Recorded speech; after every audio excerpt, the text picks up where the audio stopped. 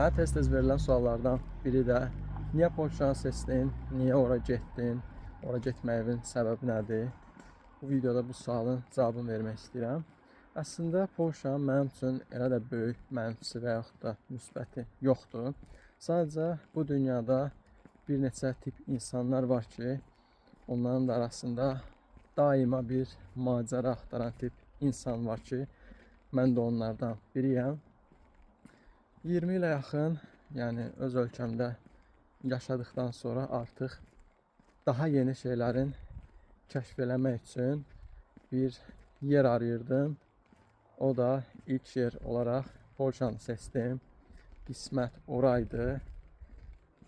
Hal-hazırda buradayıq. Qismət olsa inşallah gələcəkdə də digər yerləri də kəşf eləyəcəyik. Hələ buranı tam kəşf eləməmişik, kəşflər davam eləyir.